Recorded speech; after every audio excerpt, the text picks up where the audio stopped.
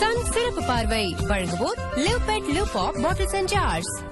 மதுரையின் மெத்தென்ற பீத்து போட்ட பரோட்டா, விருதுநகரின் பொரித்த பரோட்டா, செங்கோட்டை கோழிக்குழம்பு பரோட்டா என விதவிதமாக வாயூர பேச வைக்கும் பரோட்டாவின் சுவை எப்போதுமே அலாதிதான். ஆனால் பரோட்டா ருசியை அறிந்த அளவுக்கு அதன் பக்க விளைவுகள் எதுவும் யாரிடமும் பிரபலமாகாமல் இருப்பது இன்று வரை ஆச்சரியமளிக்கும் ஒன்று. பரோட்டாவால் ஏற்படும் பகீர் பாதிப்புகளை பற்றி அலசுகிறது இன்றைய சிறப்பு பார்வை. பைக்கின் முன்பக்கம் தொங்கும் பிளாஸ்டிக் பை, அதில் சூடு பறக்க பார்சலாகி பயணம் செய்யும் பரோட்டா குருமா, வீட்டுக்கு வந்தவுடன் பிள்ளைகள் ஆசையுடன் வேகமாய் ஓடி வந்து வாங்குவதும், குடும்பத்தோடு ரசித்து ருசித்து சாப்பிடுவதும் என பரோட்டா பல குடும்பங்களின் அங்கமாகவே இன்று மாறியுள்ளது. உழைப்பவர்கள் பெரிதும் விரும்புவதும் பரோட்டாவைத்தான். ஏன் இந்த மாற்றம்? தோசையோ அது இது இந்த மாதிரிலாம் சாப்பிட்டா வேலையாகாது. ஏன்னா ஒரு தோசைங்கும் போது நாங்கெல்லாம் சாப்பிட்டா ஒரு 10 தோசை சாப்பிடணும். அப்ப 120 ரூபா ஆகி போயிடும். அப்படி இருக்கும் போது இந்த பரோட்டாங்கும் போது ஒரு 3 பரோட்டா 4 பரோட்டா சாப்பிட்டோம்னா 12 ரூபா தான் பரோட்டா. சால்னா ஊத்தி கூட சாப்பிட்டேன்னு சொன்னா கிட்டத்தட்ட ஒரு 4-5 மணி நேரம்னால மைலேஜ் நிற்கும்.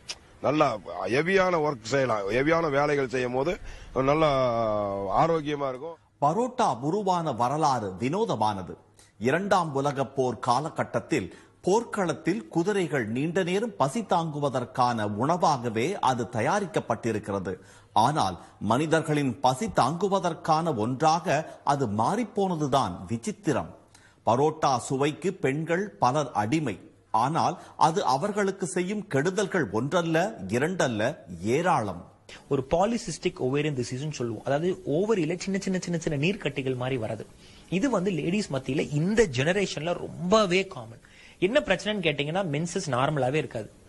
3 மாசத்துக்கு இருக்கும், 2 மாசத்துக்கு இருக்கும், இல்ல மென்சஸே இல்லாம இருக்கும். 5 மாசத்துக்கு ஒரு மாத்திரை எடுத்தா தான் வரும். பாத்தீங்கன்னா ஸ்கின் எல்லாமே சிலர் பாத்தீங்கன்னா ரொம்ப திக்கா இருக்கும். அதாவது ஆண்கள் மாதிரி ஸ்கின் திக் ஆயிடும். பிளஸ் கழுத்துல எங்க முதுகு பகுதியில கருப்பு பிளாக் பிக்மெண்டேஷன் வரும். கழுத்துல ஒரு மாதிரி கருப்படைஞ்ச மாதிரி இருக்கும். ஃபேஸ்ல முடி வளருதல், ஆண்களுக்கு இருக்கிற மாதிரி சின்னதா மீச வருது, ஃபேஸ்ல முடி வருது, ஹிர்சூட்டிசம்னு சொல்லுவோம். இந்த பிரச்சனையும் வரும். சோ உடல் பருமன்ல ஆரம்பிச்சு மலட்டுத்தன்மை வரைக்கும் கொண்டு போற அளவுக்கு பரோட்டா அவ்வளவு ஒரு டேஞ்சரஸான ஒரு விஷயம். தொடர்ந்து பரோட்டா சாப்பிடுவோருக்கு கலோரிகள் அதிகரிப்பால் இன்சுலின் குறைபாடு ஏற்படலாம். இதனால் சர்க்கரை நோய் வேகமாக தாக்கும். மைதா மாவினை வெள்ளையாக்க சேர்க்கப்படும் ரசாயனங்கள் ஹேர் டைகளில் சேர்க்கப்படுபவை. இவற்றால் ஒவ்வாமை முதல் மாரடைப்பு வரை ஏற்படக்கூடும். அத்தனைக்கும் மேலாக படையெடுக்கின்றன விதவிதமான புற்றுநோய்கள். உணவு குழாயில அடினோ கார்சினோமாங்கிற புற்றுநோய் 15 வருஷத்துக்கு முன்னால நம்ம அவ்வளவா இந்தியாவில் பார்க்கல. ஆனா இப்போ அந்த அடினோ கார்சினோமாங்கிற உணவு குழாய் புற்றுநோய் இன்னைக்கு ரொம்ப அதிகமாகிட்டு இருக்கு. அதனால மதுபானம் அறிஞ்சாதான் கல்லீரல் பாதிப்பு இல்ல. இந்த புரோட்டா சாப்பிடுறவங்களுக்கு ஃபேட்டி லிவர் கல்லீரல் சுருக்கம் ஏற்பட்டு அதனால வரக்கூடிய புற்றுநோய்கள் அதிகமா இருக்கு. இந்த வயிற்றில் வரக்கூடிய 3 வகையான புற்றுநோய்கள் வர்றதற்குமே இந்த புரோட்டா ஒரு காரணமாக உண்டு.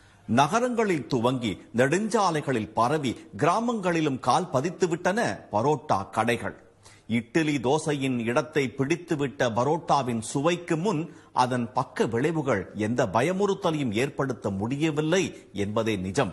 ஆனால் மண் சார்ந்த உணவை மறந்து அந்நிய உணவுக்கு ஏன் அடிமையாக வேண்டும் என்பது சமூக ஆர்வலர்களின் கேள்வி. அது எதிலிருந்து எடுக்கிறோம்னா வீட் என்கிற, அது ஆங்கிலத்தில் வீட் என்று சொல்லுகிறோம். வீட் என்று சொன்னால் அதுல ஹீட் என்கிற ஒரு பாதி பொருள் அடங்கி இருக்கிறது அதுல.